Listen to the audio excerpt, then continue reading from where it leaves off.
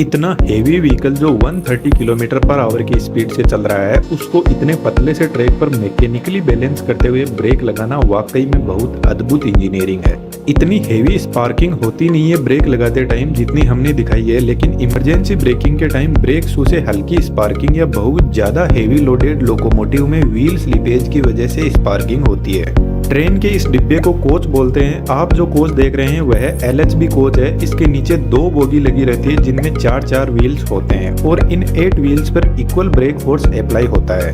अब ट्रेन चाहिए कितनी भी लंबी हो, हर व्हील के पास में ब्रेक फोर्स पहुंचता है, लेकिन इस ब्रेक फोर्स का मास्टरमाइंड इंजन में लगा हुआ एक पावरफुल कंप्रेसर होता है। यह कंप्रेसर एयर ब्रेक, ट्रेन के एयर सस्पेंशन, बाथरूम, हॉर्न सभी को एयर सप्लाई करता है।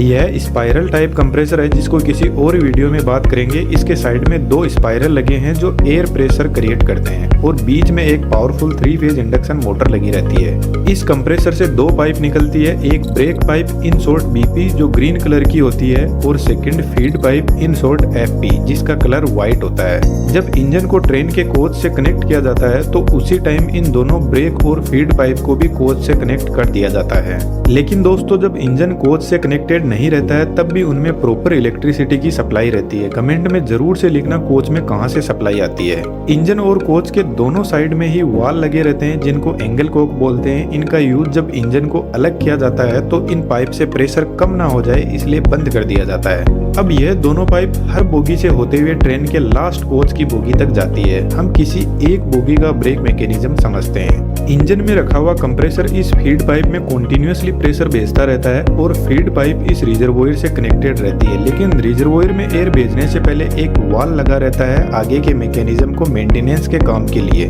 और एक डस्ट कलेक्टर लगा रहता है जो डस्ट को आगे नहीं जाने देता। इसके अलावा एक नॉन रिटर्निंग वाल जिसको शॉर्ट में NRV बोलते हैं जो सिर्फ फीड पाइप से एयर को रिजर्वोयर में आने देता है लेकिन वापस नहीं जाने देगा।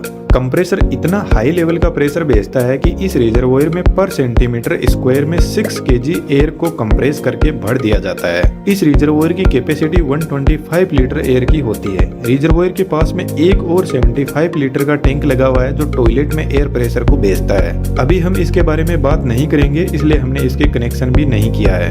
तो इस रिजर्वोयर से एयर डिस्ट्रीब्यूटर वाल के पास में पहुंचती है। डिस्ट्रीब्यूटर वाल के अंदर ब्रेक पाइप से भी डायरेक्ट कनेक्शन आता है। ब्रेक पाइप का प्रेशर 5 kg पर सेंटीमीटर स्क्वायर होता है। यह वाल बहुत बेहतरीन तरीके से काम करता है। इस वाल से आउटपुट जो निकलता है वह दोनों बोगी की तरफ एयर प्रेशर को भेजता है ब्रेक एप्लीकेशन के लिए। DB में एक पिस्टन दिखाई दे रहा है जिसमें नीचे की तरफ रिजर्वोयर से प्रेशर आ रहा है और ऊपर से ब्रेक पाइप का प्रेशर आ रहा है, तो पिस्टन एक जगह रुका रहेगा। जब ट्रेन का ड्राइवर ब्रेक लगाता है तो वह ब्रेक पाइप के प्रेशर को कम करने लगता है, जिसकी वजह से फीड पाइप से आ रहा प्रेशर इस पिस्टन को ऊपर की तरफ फोर्स लगाएगा, जिससे फीड पाइप का एयर प्रेशर का कनेक्शन ब्रेक सिलेंडर की पाइप से हो जाएगा और रिजर्वोयर में भरी हाई प्रेशर एयर दोनों साइड में लगी बोगी की तरफ जाने लगेगी।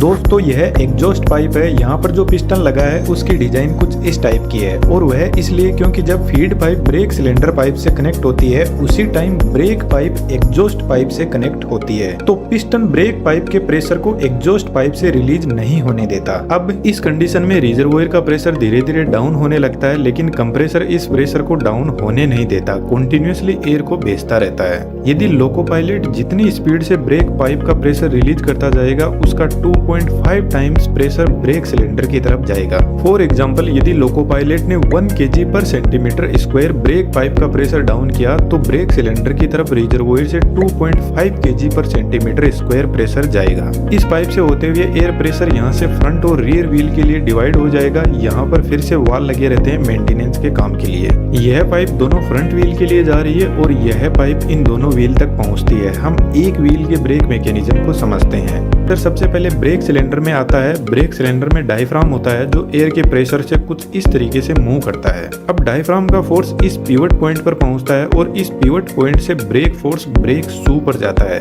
और ब्रेक शू ब्रेक डिस्क पर घिसने लग जाता है और धीरे धीरे ट्रेन का व्हील रुकने लगता है। यह सेम प्रोसेस सभी व्हील्स के साथ में होती है।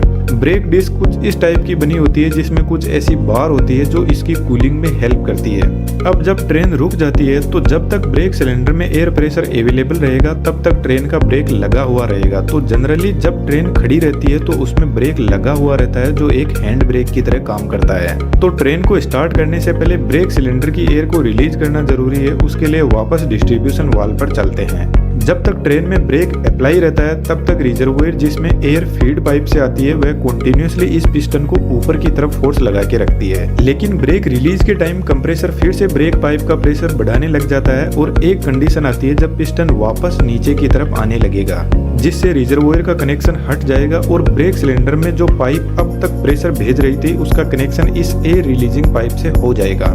डायफ्राम के पास में एक स्प्रिंग लगी रहती है जो डायफ्राम को वापस नॉर्मल पोजीशन पर आने के लिए फोर्स लगाती रहती है। तो जैसे ही ब्रेक सिलेंडर वाली पाइप का कनेक्शन इससे होगा तो स्प्रिंग ब्रेक सिलेंडर की एयर को पूरी बाहर की तरफ रिलीज कर देगी और ब्रेक रिलीज हो जाएगा। ट्रेन के ब्रेक रिलीज करते टाइम कुछ ऐसी आवाज एयर की हमें सुनाई देती है। डिस्ट्रीब्यूशन वाल्व के पास में एक छोटा टैंक और होता है, इसमें ब्रेक पाइप के प्रेशर को परमानेंटली फीड कर दिया जाता है ताकि जब ब्रेक पाइप का प्रेशर रिड्यूस हो तो डिस्ट्रीब्यूशन वाल्व इस छोटे से टैंक से कंपेयर कर सके कि ब्रेक पाइप का प्रेशर कितना रिड्यूस हुआ है। ट्रेन में एक और ब्रेक होता है हर कोच के अंदर जिसको चेन पुलिंग बोलते हैं। तो जब कोई भी चेन पुलिंग करता है तो एक्चुअल में वह ब्रेक पाइप के प्रेशर को रिलीज कर देता है जिससे ट्रेन में ब्रेक अप्लाई हो जाते हैं। LHB कोच में डिस्क ब्रेक होता है जबकि ICF कोच जो ब्लू कलर के होते हैं उनमें डायरेक्ट व्हील पर ब्रेक फोर्स लगता है। ब्रेक मैकेनिज्म दोनों ही कोच में एक ही जैसा है, लेकिन LHB कोच में ब्रेक सिस्टम के कंट्रोल के लिए एक पूरी कंट्रोल यूनिट होती है। इस यूनिट के पास में 2 ब्रेक इंडिकेटर लगे रहते हैं दोनों साइड की बोगी के लिए। तो जब ट्रेन में ब्रेक अप्लाइड रहता है तो यह रेड कलर का हमें दिखाई देता है और ब्रेक जब रिलीज रहता है तो ग्रीन कलर का इंडिकेशन दिखाई देता है।